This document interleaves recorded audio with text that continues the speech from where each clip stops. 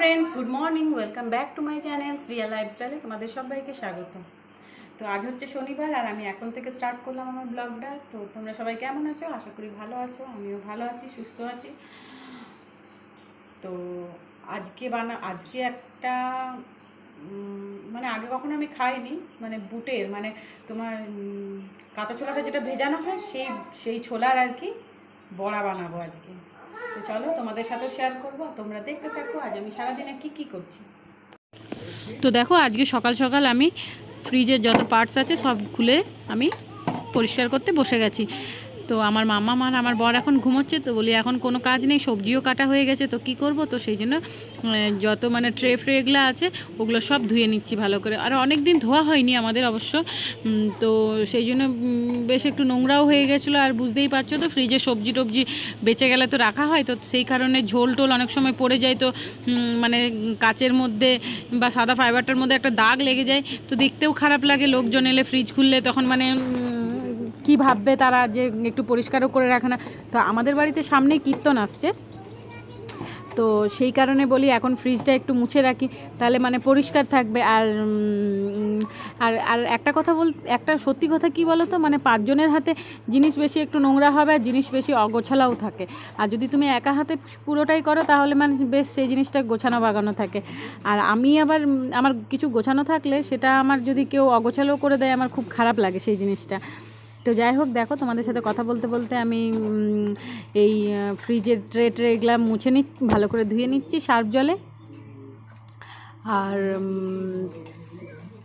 আর আমার শাশুড়ি মা যে কালকে পূর্ণিমা পুজো করেছিলেন, তো আজকে তো না স্নান করে তো খাবার খাবে না, তো সেই জন্য এখন আমার শাশুড়ি মাও চলে গেলেন পুকুরে স্নান করতে। তো তোমরা ভাববে হয়তো আমার শাশুড়ি মা কেন পুকুরে যায় স্নান করতে।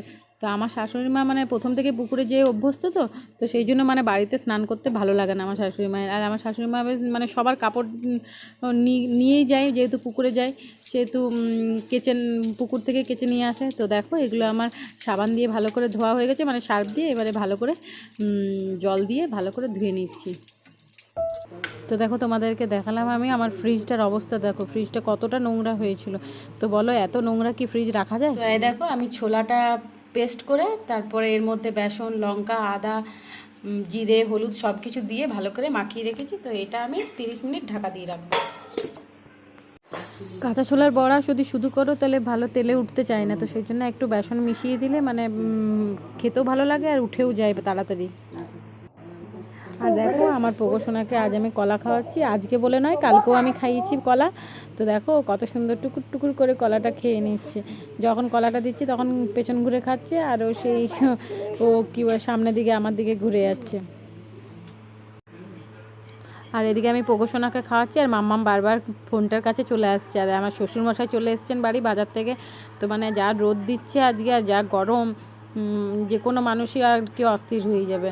তো দেখো মানে এই কলাগুলো একটু খারাপ হয়ে যাচ্ছিলো, তো সেই জন্য বলি নষ্ট করে দেবো, তার থেকে ভালো আমার পোকোকেই খাইয়ে দিই। আর আমার পোকোও বেশ খেতে ভালোবাসছে আর কি।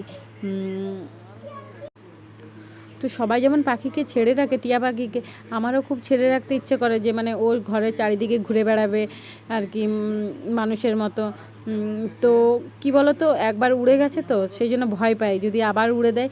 যদিও আমি ডানা কেটে দিয়েছি তবুও মানে একটা ভয় লেগেই থাকে। আর সব থেকে বেশি ভয় লাগে তো বেড়ালে যদি খেয়ে নেয়, তাহলে ধরো এতদিন আমি যে এত কষ্ট করে ওকে খাইয়ে বড় করলাম বা মানে বাচ্চার মতো মানুষ করলাম, সেটাই আমার মানে সেটার জন্য আরও বেশি কষ্ট হবে। সেই জন্য মানে যাতে কোনো দিক থেকে মানে কোনো কিছু না হয়, ওর ক্ষতি না হয় বা উড়ে না চলে যায়, তার কারণে ওকে খাঁচার মধ্যে বন্দি করে রাখা।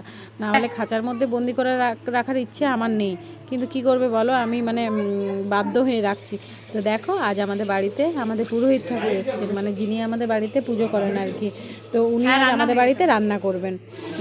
তো মানে এটা বিশাল ভাগ্যের ব্যাপার, বৈশাখ মাসে ব্রাহ্মণ যদি বাড়িতে রান্না করে খায় তো বেশ ভালো আর কি।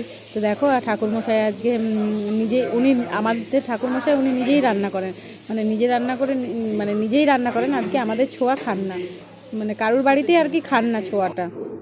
তখন ভগবান বললেন যে তাইলে বান্ধব বলছে আমার 25 বছর আও কমাই দাও, কে নিবে? তখন মানুষ বলছে আমি, মানুষ তো কোনো আনে না, এই মাধব 25 নিল। তাহলে মানুষের আবু হচ্ছে আধা 75, বলছে আমার 25 কমাই দাও, কে নিবে না মানুষ, এই মানুষ তো 75 নিল।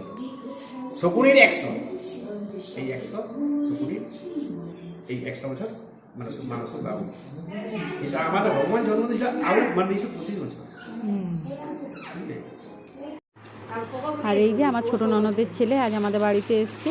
আগে প্রায়ই আসতো, প্রায় বলতে প্রতিদিনই আসতো, এখন আর আসে না। এখন অনেক গরমও পড়েছে তো সেই জন্য রোদে আর বের করে না সেরকম। আর এই যে পুরো আমাদের ঠাকুরমশাইয়ের ভাতও হয়ে গেছে, আর এদিকে আলু সেদ্ধ হয়ে গেছে। তো চলো আমাদের ঠাকুরমশাই এবারে খেতে বসছেন। তো আমি তো তোমাদেরকে আগেই বললাম যে আমাদের ঠাকুরমশাই নিজেই রান্না করেন আর নিজেই ভাত বেড়ে নেন। আমাদের মানে ছোঁয়া আর কি উনি খান না, যেহেতু ব্রাহ্মণ, বুঝতেই তো পারছো। তো মানে অনেক ভাগ্য আমাদের আর কি, বৈশাখ মাসে খেলো। আর দেখো এরকম ভাগ্য কজনের থাকে। আমার বর আমার চুলে তেল দিয়ে দিল আজকে, মানে আমিই বললাম তেল দিয়ে দেওয়ার জন্য, তো যাই হোক তেল দিয়ে দিল। তো চুল আঁচড়ে দিচ্ছে কি, মানে চুলটা ভীষণ লাগছে, মানে চুল আঁচড়াতে পারে না আর কি, তো সে দেখেই বোঝা যাচ্ছে। তো যাই হোক মানে চুলে তেল দিয়ে দিলে ভালো লাগে আর কি কেউ। তো দেখো হঠাৎ দেখো গ্যাসটা কীরকম আমাদের মানে বিপদ হতে হতে বেঁচেছি আমরা। দেখো গ্যাস পাইপটা কিভাবে লিক করে গেছে, তো সেই জন্য আমার বর একটা নতুন পাইপ লাগিয়ে দিচ্ছে গ্যাসটার মানে ইয়ের মধ্যে, ওভেনের মধ্যে।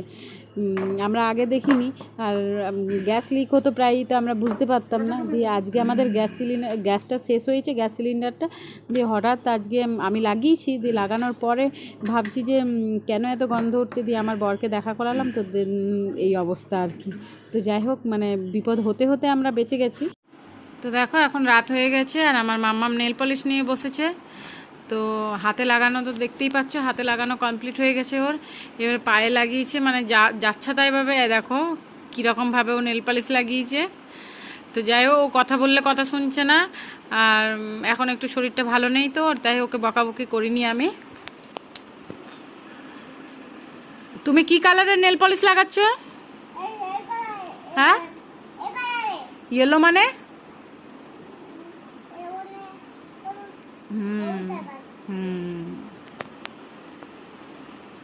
তো দেখেছো আমার মাম্মাম কত কিছু শিখে গেছে।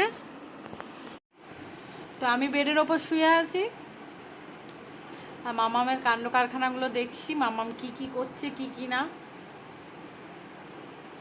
আর আজকে গরমটা একটু খুব বেশিই পড়েছে, গরমও লাগছে আর মাম্মামের ঠান্ডাও লেগে সর্দিও হয়ে গেছে একটু একটু। কী যে করবো, গাটা হালকা হালকা গরম লাগছে। তো যাই হোক ফ্রেন্ডস, চলো ব্লগটা এখানেই শেষ করলাম। দেখা হচ্ছে অন্য একটা ভিডিওতে। ততক্ষণ সবাই ভালো থেকো, সুস্থ থেকো, পাশে থেকো। Good night, by.